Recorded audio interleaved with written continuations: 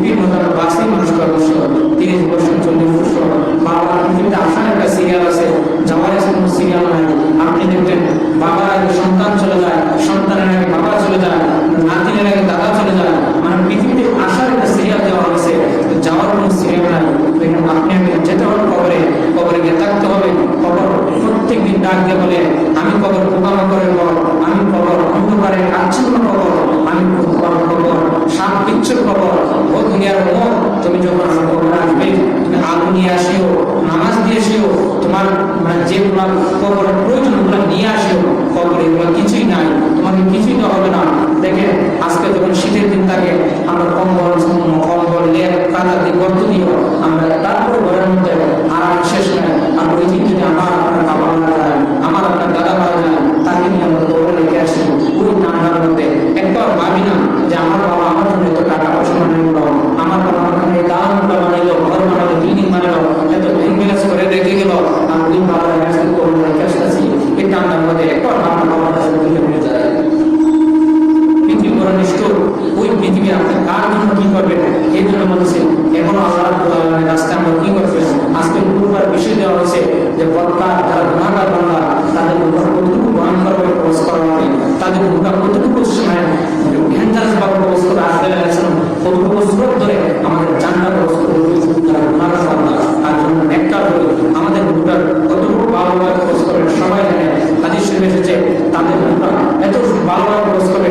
আমার নবী আপনার নবী যখন পৃথিবী থেকে পর্দা করবে, আজরাইল আলাইহিস সালাম যখন আমার নবী জান্নাত সরানোর জন্য আসছিল, ওই আমার নবী যখন শুয়েছিলেন, আজরাইল আলাইহিস সালাম শুধু আঙ্গুল মুবারকটা আঙ্গুলটা নবীজি দেহ মুবারকের উপরে শুধু রাখলো। আমার নবী ডাক দিয়ে বললেন, যায়েদ তুমি আমার উপরে কি রাখছো? আজরাইল বলল, ইয়া রাসূলুল্লাহ নবী, আমি আপনার উপরে হাত রাখি নাই, আপনাকে আমি দাবাও দিই নাই, কিছুই দিই নাই, শুধু আঙ্গুলটা শুধু রাখছি। আমার নবী বলল, ইয়া আজরাইল তোমার আঙ্গুলের বার যদি ছোট হয়, পৃথিবীর সব কিছু আমার উপরে রাখলে যতটুকু কষ্ট হলো না তার চেয়ে বেশি কষ্ট লাগবে তোমার আঙ্গুলের ভার। যেহেতু তোমার আঙ্গুলের ভার, আমার আমি নবী রাসূল হয়ে যদি আমার উপরে এতটুকু কষ্ট হয়ে থাকে, না জানি আমার ভাঙার মতো কতটুকু কষ্ট। আজরাইল আলাইহিস সালাম ওই সময় বলছিল, ইয়া রাসূলুল্লাহ নবী, আমি আপনার কাছে ওয়াদাবদ্ধ হয়ে যাচ্ছি, ওয়াদা করে যাচ্ছি, আপনার কোনো বান্দা যদি আপনার উপরে মহব্বতের সহকারে দুরূদ শরীফ করে সবসময় দুরূদ শরীফ করতে থাকে, আমি তার উপরে এত সহজভাবে কবজ করবো যে এত সহজভাবে যেরকম মানুষ নিঃশ্বাস নিতে নিতে ঘুমাইলে যতটুকু আরাম পায়, তার চেয়ে এত আরামে আমি তার উপর কবজ করবো। তার উপরে যখন বেগুন থেকে আমি আলাদা করবো, সে বিন্দু পরিমাণ নেই।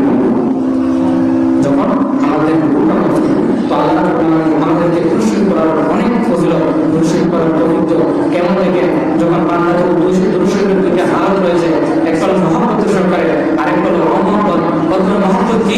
যদি নিজের ইচ্ছায় দুরূদ শরীফ করেন, মনের ইচ্ছা যে আমি এখন দুরূদ শরীফ করবো, ওটা হলো মহব্বত। আরেকটা অর্জন করতেছেন তার কাছে শুনে বলছে ওইটা দুরূদ শরীফ। কিন্তু মহব্বতের সহকারে যে ব্যক্তি দুরূদ শরীফ করবে, ওই দুরূদ শরীফ আল্লাহ রাসূল বলে, আল্লাহ রাসূল বলে আমি দরজা থেকে তার দুরূদ শরীফ নিজের কান মুবারক শুনি। আর যদি কেউ অন্যজন করতেছে, আমিও করতেছি, ওটা ফেরেশতার মাধ্যমে আল্লাহ রাসূলের দরবারে পেশ করা হয়। তো আল্লাহ রাব্বুল আলামিন আমাদের দুরূদ শরীফ করার অনেক তৌফিক দেব। শুধু দুরূদ শরীফ পড়লে কি হয়? দুরূদ শরীফ এমন একটা দুরূদ শরীফ, বান্দা যখন দুরূদ শরীফ পড়ে, ওই দুরূদ শরীফ একটা পাখির আকৃতি ধরে। পাখিটা কেমন? সাহাবায়ে কেরাম জিজ্ঞেস করলো, ইয়া রাসূলুল্লাহ নবী, ওই পাখিটা কি দুনিয়ার পাখির সমান? আমার নবী বলেন, না, দুনিয়ার পাখির সমান না। সাহাবায়ে কেরাম আবার বলল, ইয়া রাসূলুল্লাহ, ওই পাখির আকৃতি কতটুকু বড়? আমার নবী বলেন, ওই পাখিটি এতটুকু বড় হয়, সেই পাখিটা যখন হয় তার একটা দানা 70,000 দানার সমান থাকে। ওই পাখিটা সারাটা আল্লাহর সৃষ্টি জগৎ ঘুরতে থাকে, আর ওই বান্দার জন্য মানুষের দোয়া করতে থাকে, আর আল্লাহর কাছে দোয়া করতে আল্লাহ আমাদের মাফ করে দেওয়া হয়। আমাকে আপনাকে আল্লাহ এত ফেসিলিটি দেওয়া হয়েছে, কোনো অন্যভাবে মনে দেওয়া হয়েছে। দেখেন কিছুদিন আগে আমার কাছে সর্বরাত দিয়েছে আল্লাহ আমাদেরকে এক একটা রাত দিয়েছে এভাবে আমাদের গুনাহ মাফ করার জন্য। কারণ আল্লাহ যখন আমার মেরা থেকে কান্না করেছেন, তখন আমার বলছেন, ইয়া রাসূলুল্লাহ নবী, আপনি কান্না করেন না, আপনার গুনাহগার মধ্যে আমিও চাই জাহান্নামে যাব, তাদেরকে আমিও সম্মান করব। তাদের যখন শয়তান বলছিল যে আমি যতদিন পৃথিবীর জন্য থাকবো আমার একটা অনেকই কাজ করতে পারবো না, আল্লাহ বলছিলেন কি যে ওই শয়তানকে আমার বান্দা যত গুনাহ করো, আমার বান্দা শুধু একবার শুধু আল্লাহ আমাকে ডাকবে, আমি সন্তুষ্ট হব। কেমন আল্লাহ রাব্বুল আলামিন বান্দা যখন গুনাহ করে, গুনাহ করতে করতে করতে করতে ক্লান্ত হয়ে যায়, বান্দা শুধু উফ শব্দটা বলে, উফ শব্দ আর কিছু না। করছে, ওই উফ বলতে দেরি হয় আল্লাহ জীবন মাফ করতে দেবে।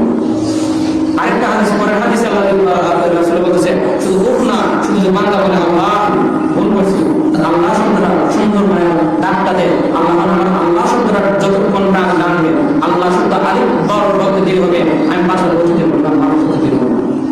তো আল্লাহ বান্দাকে এতটুকু ভালোবাসেন, বান্দাকে এতটুকু মহব্বত করেন, আল্লাহ বান্দাকে যেন পাঁচ ওয়াক্ত নামাজ পড়ার তৌফিক দেন এবং আল্লাহর ইবাদত করার তৌফিক প্রদান করেন এবং নেকির কাজ করার তৌফিক দান করেন। আমিন। আল্লাহ আপনাকে আল্লাহ এই দুনিয়াতে কতদিন তার পাওয়ার ইবাদত করার তৌফিক দেন। দেখেন পৃথিবীতে কেউ যেরকম থাকে না, যাকে আপনি ভালোবাসবেন হাদিসে পেয়েছে মানুষকে একটু বেশি ভালোবাসতে যাবেন না, মানুষকে বেশি ভালোবাসবেন না, কতবার সেই দিন আপনার দুশ্মন হবে, তো তখন দেখবেন সে আপনার দুর্বলতা আঘাত করবে। আবার মানুষকে বেশি মানুষের শত্রু মানে হবে না, হতে পারে সেই দিন আপনার বন্ধু হবে, ওই দিন দেখবেন আপনার সাথে কি হবে, যত বন্ধুত্বটা আপনার ওই কতগুলো মান করবে। তো মানুষকে কষ্ট দেবো, মানুষকে হক যারা রেখা আল্লাহ কেমন সবকিছু মাফ করবে, সবকিছু আমাকে মাফ করবে। যারা অপরকে কষ্ট দেয়, অপরের হক মারে, আল্লাহ ওইটা কোনোদিন মাফ করবো না। যেরকম একটা ফল গাছ, আমি ফল রাখছি, ফল গাছটা রয়েছি, ফল অন্য ফল আগে আমি আবাদত করছি, আমি দিতে করছি, রোজা রাখছি, আমি আমার আবাদত করতে যেহেতু কষ্ট করে আমি নিজেই বান্দা পাঠাইছি, কিন্তু আমি যখন মানুষের গালি দিব, মূলত যেরকম একটা ফোন থেকে আরেকটা ফোনের জিনিস আমরা এই মূলত মতন ঠিক গালি রাখবো, সেই রকম আমরা যখন কারণে জীবন করি অথবা কারণ সমালোচনা করি, আপনি যার নাম সমালোচনা করতেছেন, তার গুণাগুলো নিজের আমল করতেছেন, আর আপনার নিজেগুলো তার আমল যেতেছে, সে ফিতে আপনার নিজেগুলো তো কেন আমরা অন্যজনের জীবন করতেছে, এটাও হোক অন্যের জায়গা দখল করে, এটাও হোক মানুষের হক যারা মেরে রাখ, আল্লাহ বলেন কেমন তো সব কিছু মাফ করবো, কিন্তু যে ব্যক্তির হক মেরে দিবে আমি কোনোদিন মাফ করবো না, যতক্ষণ ওই ব্যক্তি না মাফ করবো। কিন্তু আমাদের মনে হয় যখন ওই ব্যক্তির কাছে গিয়ে মাফ চাই, ওই ব্যক্তির মাফ তখনই হবে যখন আমরা তারা নেকি দিবেন। আর কেমন তো মজা একটা নেকি কেউ কারো দেবে না, আবার একটা নেকি হোক উনি কি দেবেন, মানে একটা ব্যক্তি আছে যে এক নেকি নেই কি হবে জান্নাতে যাবে, শুধু একটা নেকি, তার তোমার নেকি থাকবে, শুধু একটা নেকি থাকবে। আজকে আল্লাহ নবী সাল্লাল্লাহু আলাইহি ওয়াসাল্লাম মুহাম্মদ মাজাজি কিতাবের মধ্যে বলেছে যে এক সাহাবী ছিল, ওই ব্যক্তি আল্লাহর দরবারে এক নেকির জন্য আশা করবে, আল্লাহ যা আসলে তালাশ কর, ওই একটা নেকি নিয়ে যদি আনতে পারো তুমি জান্নাতে যাবে। ওই ব্যক্তি চলে যাবে বুঝতে বুঝতে বাবার কাছে যাবে, মার কাছে যাবে, সবার কাছে যাবে, কেউ তার একটা নেকি দেবে না। এক সময় এক ব্যক্তির কাছে যাইবে, যখন ওই ব্যক্তি বসা থাকার পর দেবে কি তিনি পেরেছেন হয়ে বলাই বসেছে না, আমার একটা নেকি দেবো, একটা নেকি তোমার কাছে জান্নাতে যাবো। ওই ব্যক্তি ডাক দিয়ে বললো একটা নেকি বুঝে বলেছি বা একটা নেকি বলে জান্নাতে যাবো, পাগল বলেছে লজ্জা বলছে একটা নেকি লাগবে বা একটাই সঙ্গে সঙ্গে খবরকে বার করে একটা নেকি দিয়ে দিবে, ব্যবহার করবো যা তুই পারবে আল্লাহ করে যা গিয়ে জান্নাতে যা। তখন ওই ব্যক্তি আল্লাহকে কেউ পাইয়া আল্লাহ এই এটা নেকি আমি আমার জান্নাতে যাবো, আল্লাহ ডাক দিয়ে বললো বাবার সন্তান না, সন্তান বাবার নিয়ে গেলে তোরা এখানে বিরোধী এত দয়ালু দিয়ে তারা নিয়ে সে আমার যে ওই ব্যক্তি চল আল্লাহ করে রাখতেছে, তাহলে ওই ব্যক্তি তোরা নিয়ে দিলাম এই কথা বললাম, তখন তোরা নিয়ে বিপদ করছি তো নিয়ে নেব, তুই এরা নিয়ে দিবি কেন দিছি আমাদের একটা নিয়ে আমি আমি নিয়ে পরে দিয়ে দিচ্ছি আমার একটা নিয়ে সে জানাতে পারে যা কোনো সমস্যা আমি তো আর জানাতে যেতে পারবো না। তখন ওই কথা বলার পরে আল্লাহ কি তুই আমার চেয়ে দয়ালু হতে চাস না কেন, আমি আমার চেয়ে রহমান, আমি তো রহমান রহিম, আমার চেয়ে দয়ালু হলে তুই এত দয়ালু হয়ে গেছ, মানে আমি তার নিয়ে দিলাম না, তুই তার নিয়ে দিয়ে দিচ্ছ, তখন আল্লাহ যা দুজন হাত ধর তুই জানতে শুনে যেন হাত ধরে কোনো সন্তান জানতে পারবো। তো আল্লাহ এভাবে বান্দাকে দিবে, এভাবে শুধু আল্লাহ বসিলা দেবে, শুধু বাবা না আমরা আসলে মধ্যে যাওয়ার মতারা আল্লাহকে সুপারিশ করতে পারবো, আমার সাথে তর্ক বিতর্ক করতে পারতো।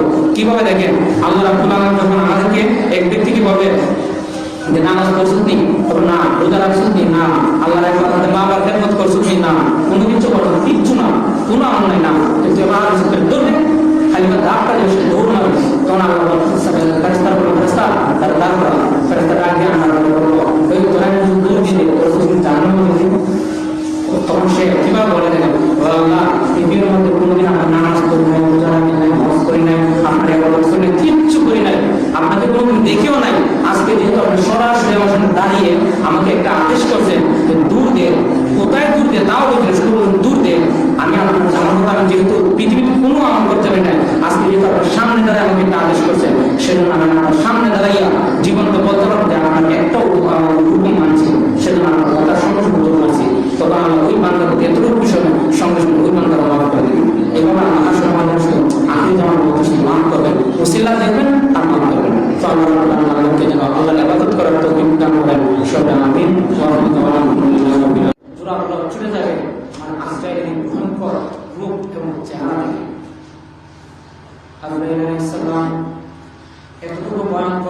ধরবেন, তার চক্ষুগুলো থাকবে বড় বড়, এতটুকু বড় বড় চক্ষু থাকবে যে এই চক্ষুগুলো দেখলে পরে আপনার আমার শরীরের এমনিতেই শিরা উপশিরাগুলো বন্ধ হয়ে যাবে। দেখেন আজকে খুশি হচ্ছে পথকারদের মৃত্যু। দেখেন আপনি আমি, আল্লাহ আমাদেরকে কেন সৃষ্টি করেছেন এই পৃথিবীর মধ্যে, কেন দুনিয়াতে পাঠাইছেন, কি উদ্দেশ্য আমাদেরকে দুনিয়াতে পাঠাইছেন? আমাদেরকে আল্লাহ রাব্বুল আলামিনকে ইবাদত করার জন্য পাঠাইছেন। কিন্তু আমরা আজকে দুনিয়ার রং তামাশায় পড়ে আল্লাহর নাফরমানিতে লিপ্ত হয়ে গেছি, আল্লাহর ইবাদত থেকে বিমুখ হয়ে গেছি। আল্লাহর ইবাদত করি না, আল্লাহর আদেশ পালন করি না। মুয়াজ্জিন 5 ওয়াক্ত মসজিদে আযান দেয়, আমরা নামাজেও আসি না। এতটুকুই আমরা গ্রহণ করা হয়ে গেলাম। আল্লাহ রাব্বুল আলামিনের নাফরমানিতে লিপ্ত। আল্লাহ আমাদেরকে পাঠাইছে ইবাদতের জন্য। আল্লাহ রাব্বুল আলামিন শুধু ইবাদতের জন্যই পাঠায় নাই। আল্লাহ রাব্বুল আলামিন আমাদেরকে কতটুকু ভালোবাসেন দেখেন। আমাদেরকে শ্রেষ্ঠ জাতি শুধু বানায় নাই, শ্রেষ্ঠ মাখলুকাত শুধু বানায় নাই, শ্রেষ্ঠ নবী দিয়েছে। শুধু শ্রেষ্ঠ নবী দেয় নাই, আপনাকে আমাকে শ্রেষ্ঠ কিতাব দিয়েছে, যেই কিতাব হলো কোরআন, যেই কিতাবের মধ্যে কোনো ভুল নাই। আপনার আমার আল্লাহ রাব্বুল আলামিন পবিত্র কোরআনুল কারীমে ইরশাদ করেন, যালিকাল কিতাবু লা রাইবা ফীহি। আল্লাহ রাব্বুল আলামিন বলেছেন, হে জগৎবাসী শুনো, ইহা সেই কিতাব যেই কিতাবে কোনো ভুল নাই, কোনো দোষ নাই, কোনো ত্রুটি নাই।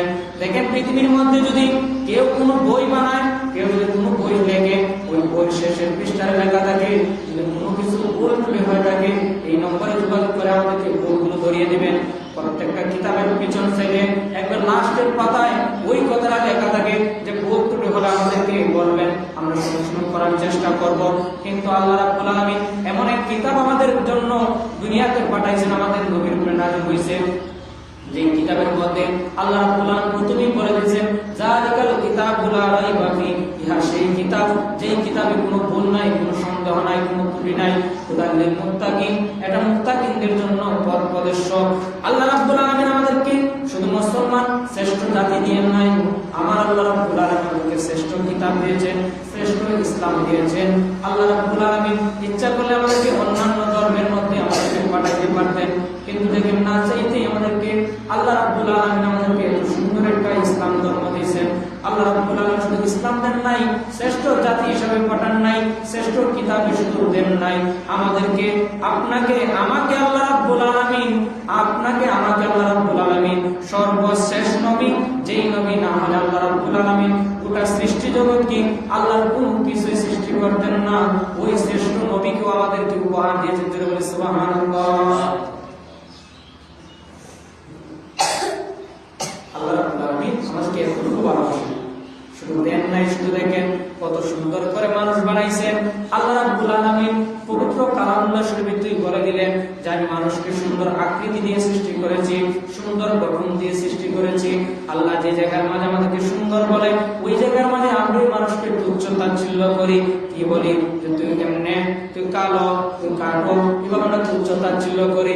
কিন্তু আল্লাহ রাব্বুল আলামিন পবিত্র কালামুল্লাহ শরীফে পাঠ করেন 30 পারার মধ্যে দেখবেন একটা সূরা আছে, আল্লাহ রাব্বুল আলামিন বলেন, বিসমিল্লাহির রাহমানির রাহিম, ওয়াত-তিনি ওয়াজ-যাইতুন ওয়া তুরি সিনিন ওয়া হাযাল বালাদিল আমিন, লাকাদ খালাকনাল ইনসানা ফী আহসানি তাকওয়িম।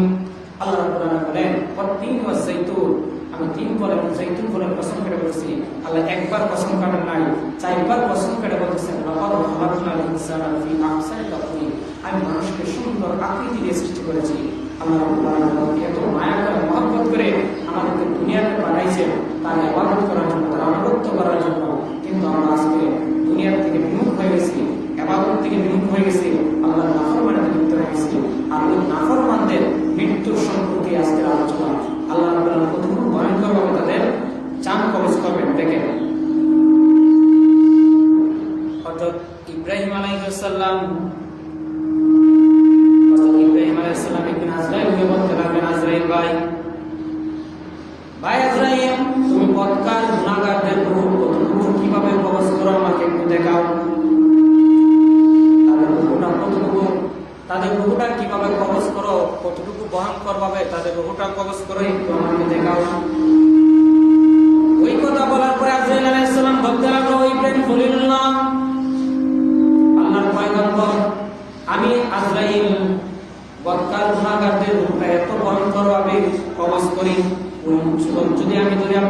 করতে পারবেন না। ইব্রাহিম খলিলুল্লাহ বলতে লাগলো, এই হে আজরাইল, তুমি কতটুকু ভয়ঙ্কর ধরো, তুমি ধরো, আমি দেখবো, তুমি আমাকে দেখাও।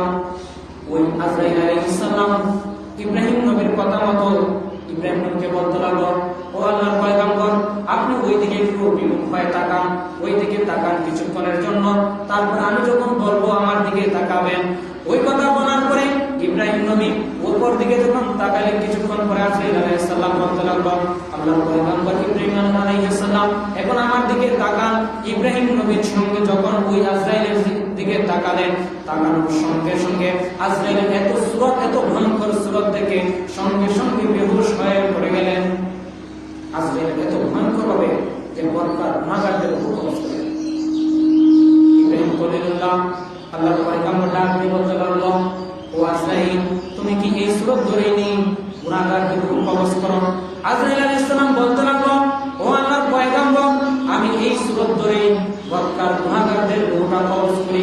এত ভয়ঙ্কর, তার পা থাকে জমিনে, মাথা থাকে আসমানে, শুধু তাই না, তার চক্ষুগুলো থাকে বড় বড়। শুধু তাই না, একটা সাথী যখন ওই গুনাহগারদের রূহ কবজ করার জন্য আসে, একটা সাথী নিয়ে আসে। যেই সাথীটা কেন আসে? আজরাইল আলাইহিস সালাম বলতে লাগলো যে ওই গুনাহগারদের রূহটা যখন আমি বের করি, তাদের রূহ থেকে এত দুর্গন্ধ বাইর হয়, এত দুর্গন্ধ সৃষ্টি হয়, ওই দুর্গন্ধ দুনিয়াতে যেন না ছড়ায়, সেই জন্য ওই রূহটাকে আমরা সাথীর মধ্যে করে ওইটাকে নিয়ে যাই। শুধু নিয়ে যাই না, যখন ওই রূহটা নিয়ে প্রথম আসমানে যায়, প্রথম আসমানের পর্যন্ত যাওয়ার পরে ফেরেশতারাও বলেন যে ও আজরাইল, তাড়াতাড়ি যাও, তাড়াতাড়ি যাও, ওর রূহটা এই আসমান থেকে উঠিয়ে নিয়ে যাও, চলে যাও। এতটুকু ভয়ঙ্কর ভাবে গুনাহগারদের রূহ কবজ করে, এত ভয়ঙ্কর ভাবে গুনাহগারদের রূহ কবজ করে। দেখেন, আর আমরা আজকে নামাজ পড়ি না, রোজা রাখি না, আল্লাহর ইবাদত করি না। আল্লাহ জানেন আজকে যখন আমাদের সঙ্গে আসবে কতটুকু ভয়ঙ্কর আমাদের রূহটা নিয়ে। কারণ আল্লাহর আরশে আজিমের নিচে যেটাকে বলা হয়, ওই জায়গায় আমাদের একটা গাছ আছে, যে গাছটাকে বলা হয় দোবানো গাছ। ওই গাছের মধ্যে দেখেন পাতা, হাদিস শরীফে আছে যে ওই গাছের মধ্যে কিছু পাতা আছে, প্রত্যেকটা মানুষের হায়াত লেখা আছে ওই পাতার মধ্যে। পাতাটা যখন শুকিয়ে যায়, নেককার বান্দার যদি মৃত্যুর সময় ঘনিয়ে আসে, ওই তার পাতা চতুর্দিকে নূরে ঝলমল করতে থাকে, এতটুকু কি থাকে। আর গুনাহগারদের যখন মৃত্যুর সময় ঘনিয়ে আসে, তার পাতার দিকেও ঘুরে, কিন্তু নূর ঘুরে না, তার পাতার ঘুরে ঘুরতে থাকে। এজন্য তো শেয়ার করে তওবা নাম কাশতি আছে, পাতায় পাতায় লেখা আছে মানুষের হায়াত। সেই পাতা জড়িয়া পড়লে, সেই পাতা জড়িয়া পড়লে মতের নিশানা। আজরাইলা শিলে চলবে না রে মানুষ, চলবে না। মরণের কথা মানুষ, মরণের কথা মানুষ স্মরণ করো না। আজরাইলা শিলে কানো চলবে না রে মানুষ, চলবে না। আজরাইল আলাইহিস সালাম যখন মানুষের রূহ কবজ করে, আজরাইল আলাইহিস সালাম যখন কোনো বান্দার রূহ কবজ করার সময় জন্য সামনে হাজির হয়ে যায়, ওই আজরাইল হচ্ছে এত ভয়ঙ্কর, আপনাকে আমাকে 1 সেকেন্ড সময় দেবে না, এমন ভাবে রূহ কবজ করে নেবে। আমি আপনি নেককার হই, আমি আপনি যদি আল্লাহর ইবাদত করি, আমি আপনি যদি আল্লাহর গুণগান করি, আল্লাহর আদেশ মানি, আমার রূহটা কবজ করবে। হাদিস শরীফে এসেছে, বান্দা যখন নেককার বান্দার রূহ যখন আজরাইল কবজ করে, দুধের শিশু যখন মায়ের গর্ভে মায়ের স্তনের দুধ খেতে খেতে ঘুমিয়ে যায়, ঠিক আজরাইল আলাইহিস সালাম ওই নেককার বান্দার রূহটা সে কবজ করবে, সে কোনোদিনও টান পাইবে না। কিভাবে? হাদিস শরীফে একটা হাদিস এসেছে, হাদিসের শেষের পর্যায়ে যে উদাহরণটা দেওয়া হয়েছে, একটা উত্তর দিকে যদি আমরা পানি মানে ছেড়ে দিই, ছেড়ে দেওয়ার পরে লাস্টের ফুটাগুলো যেভাবে ধীরে ধীরে ধীরে ধীরে পড়ে, ঠিক ওইভাবে আজরাইল আলাইহিস সালাম নেককার বান্দার রূহটা কবজ করবে। এত ধীরে ধীরে আপনার রূহটা যেন শরীর থেকে বের হবে, আপনি বিন্দু পরিমাণও টান পাইবেন না, এত আস্তে আস্তে এত ধীরে ধীরে আপনার রূহটা কবজ করবে। আর যদি আপনি গুনাহগার হই, আমি আপনি যদি বদকার হই, আপনার রূহটা আমার রূহটা কিভাবে কবজ করবে জানেননি? আপনার আমার রূহটা আজরাইল আলাইহিস সালাম এসে তাবা দিবে, তাবা দেওয়ার সঙ্গে সঙ্গে আপনার ভিতর থেকে রূহটা বের করে নেবে। আর নেককার হলো দুধের শিশু যেরকম মায়ের গর্ভের স্তনের দুধ খেতে খেতে ঘুমিয়ে যায়, ঠিক সেইভাবে আজরাইল আলাইহিস সালাম আমাদের মাথার সামনে আসে, মাথা উড়াইতে উড়াইতে উড়াইতে উড়াইতে উড়াইতে আমরা যখন ঘুমিয়ে যাই ঠিক সেইভাবে আস্তে আস্তে করে আমাদের ঘুম পাতা হবে আর আমাদের রূহটা নিয়ে যাবে। কিন্তু আমরা কারণ কিন্তু যদি আমি আর আপনি গুণাগার হই, এত ভয়ঙ্কর ভাবে আমাদের নিবে, তাদের আজরাইলের চেহারা দেখার সঙ্গে সঙ্গে আমাদের শরীরের জোড়া রক্তের স্তব্ধ হয়ে যাবে, শরীরের প্রত্যেকটা জোড়া ছিঁড়ে যাবে, মানে কাশ কাশ করে ছুটে যাবে। আজরাইলের চেহারা এত ভয়ঙ্কর। কেমন দেখেন আপনার আমার নবী হযরত মুহাম্মদ মুস্তাফা সাল্লাল্লাহু আলাইহি ওয়াসাল্লাম সাহাবায়ে কেরামদের তিনি আলোচনা করতেছেন। সাহাবায়ে কেরাম শুনো গুনাহগারদের রূহটা এইভাবে কবজ করা হয়, ওই কথা শোনার পরে ওমর ফারুক আযম রাদিয়াল্লাহু তাআলা কি করলেন, দৌড়ায় মসজিদ থেকে বের হয়ে গেলেন, গিয়ে কবরস্থানের মধ্যে দাঁড়িয়ে কান্না করতে লাগলেন আর বলতে লাগলেন, কবরবাসীকে বলতে লাগলেন, ও কবর, তোমার ভিতরে আমি উমর আসবো, তুমি কি আমাকে কিভাবে নিবে? আমি উমর যখন কবর আসবো, তুমি কবর অন্ধকারে কাচ্ছন্ন কবর, তুমি কবর তো গুহা করেন কবর, তুমি কবর তো অন্ধকারে ভরপুর কবর, তুমি তো কবর খুব ভয়ঙ্কর কবর।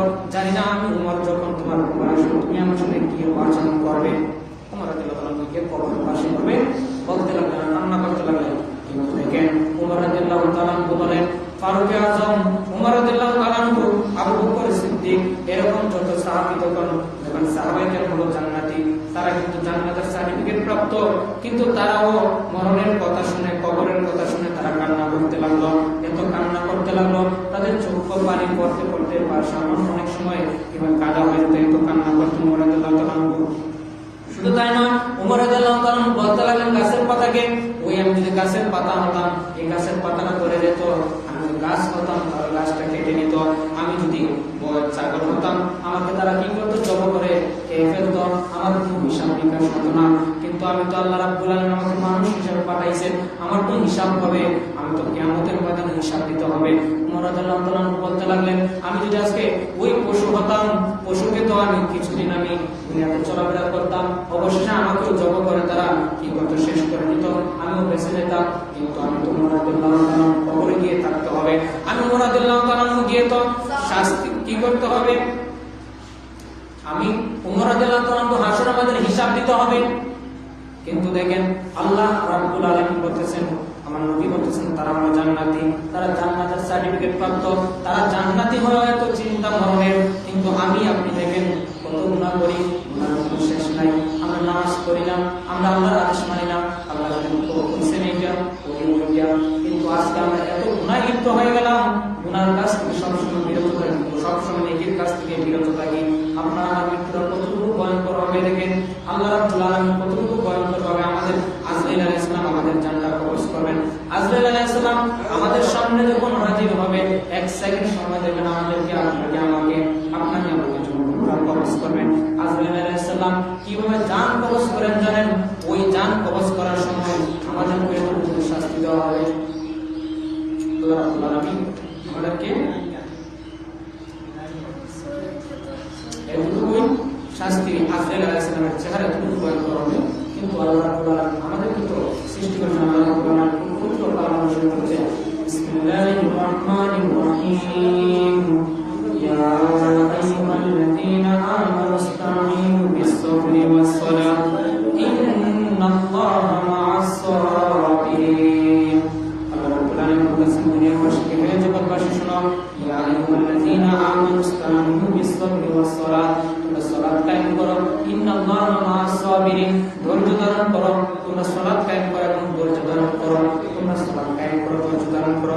আল্লাহ রাব্বুল আলামিন পবিত্র কালামুল্লাহ শরীফে নামাজ পড়ার কথা 82 বার বলেছেন, কিন্তু আমরা দেখেন নামাজ থেকে কতটুকু বিরত হয়ে আছি।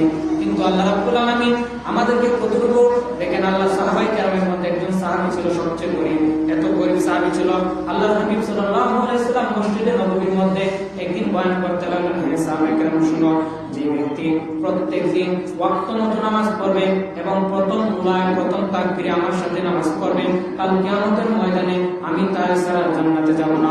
ওই কথা বলার পরে ওই সাহাবী সবচেয়ে গরীব সাহাবী ছিল, ওই সাহাবী দৌড়ায় বাড়িতে গিয়ে তার বিবিকে বলতে লাগলো, বিবি শুনো, আজকে রাসূল করিম সাল্লাল্লাহু আলাইহি ওয়াসাল্লাম মসজিদে নববীর মধ্যে বয়ান করছেন যে নাকি যে নাকি টাইম মতো নামাজ পড়বে, আল্লাহ রাব্বুল আলামিন ওই কাল কিয়ামতের ময়দানে যখন হিসাব নিকাশ করবেন, আমার নবী বলেন ওই ব্যক্তিকে না নিয়ে নাকি জান্নাতে যাবেন না। এই কথা বলার পরে বিবি বলতে লাগলো, বা জামাইকে যে বিবি বলতে লাগলো, হে স্বামী জান, কোনদিন আপনার ঘরে আসার পর আজ পর্যন্ত আপনার কাছে কোনদিন স্বর্ণ চাই নাই, কোনদিন দামি পোশাক চাই নাই, কোনদিন ভালো একটা কাপড় চাই নাই, আজকে আমি আপনার কাছে একটা জিনিস চাইবো, দিবেন নি? ওই স্বামী বলতে লাগলো, হে বিবি বলো, কোনদিন আমার কাছে কিছু চাও না, আজকে কি চাও বলো। বিবি বলতে লাগলো, যেহেতু আল্লাহর হাবিব সাল্লাল্লাহু আলাইহি ওয়াসাল্লাম বলেছেন ওয়াক্ত মতো যে ব্যক্তি নামাজ পড়বে তাকে জান্নাতে না নিয়ে যাইবেন না, তাহলে আপনাকে আমি বলবো যে আমাকে আজকের থেকে ওয়াক্ত মতো নামাজ পড়ার সুযোগ দিবেন নি? বলতে লাগলো, স্বামীকে আপনার কাছে কোনদিন টাকাও চাই নাই, স্বর্ণ চাই নাই, রূপাও চাই নাই, আপনার ঘরে আসার পর আজ পর্যন্ত কিচ্ছু চাই নাই, আজকে থেকে বলবো আমাকে ওয়াক্ত মতো নামাজ পড়ার সুযোগ দিবেন। কেন এই কথা বললাম? কারণ ওনাদের ঘরে একটাই পোশাক, যে পোশাক স্বামীও করতো, বিবিও করতো, তাদের পুরা ঘরের মধ্যে আর কোনো পোশাক নাই, সেই জন্য কথা। কিভাবে বিবি ওই কথা বলার মানে হলো, স্বামী যে পোশাকটা পরে বিবিও সেই পোশাকটা পরে, তাদের ঘরের মধ্যে একটা গর্ত আছে, গর্ত, ওই গর্তের মাঝে একজনে নামাজ পড়ে, অপরজন গর্তের মধ্যে থাকে। যখন স্বামী মসজিদের মধ্যে আযান হয়, স্বামী দৌড়ায় মসজিদের মধ্যে চলে যায়, গিয়ে প্রথম তাকবীরে রাসূলের পিছে নামাজ পড়ে। রাসূল সাল্লাল্লাহু আলাইহি ওয়াসাল্লাম যখন